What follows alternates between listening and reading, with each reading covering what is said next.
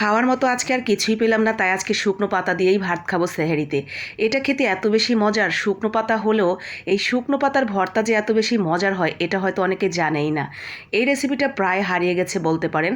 ছোটোবেলায় অনেকেই হয়তো খেয়েছেন মা, দাদি, নানি, চাচি অথবা প্রিয় কোনো মানুষের হাতে, অথবা আজকেই হয়তো প্রথম দেখলেন আমার এই রেসিপিতে।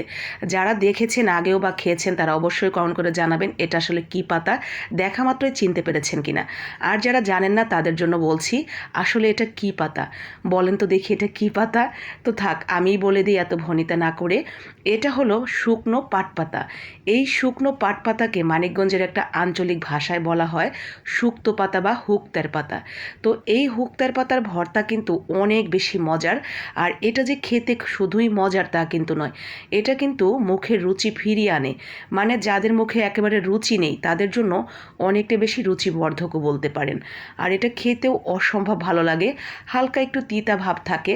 আর মাশাল্লাহ পেঁয়াজ মরিচ সব কিছু তেল যোগে এটা যে কি মজার একটা ভর্তা হয়। এই ভর্তাটা বানানোর বিভিন্ন প্রসেসিং রয়েছে, তার মধ্যে আজকে আমি একটা প্রসেসিংয়ে ভর্তাটা তৈরি করলাম। ছোটোবেলায় আমার দাদিকে দেখতাম আমার বাবা যে পাট ক্ষেত করতেন, সেই পাট ক্ষেতে থেকে একদম পরিপক্ক যে বড় বড় পাতাগুলো থাকতো, তো সেগুলো ছিঁড়ে এনে কুলা বা চালনে করে শুকিয়ে নিতেন। এরপরে সেই পাতাগুলো আপনার বড় বড় মাটির কুলা হতো, কুলা চিনবেন না অনেকেই হয়তো, বড় বড় মাটির পাতিল যেগুলো, তো সেই কুলার মধ্যে আমার দাদিকে দেখতাম পলিতে ভরে খুব যত্ন করে রেখে দিতেন।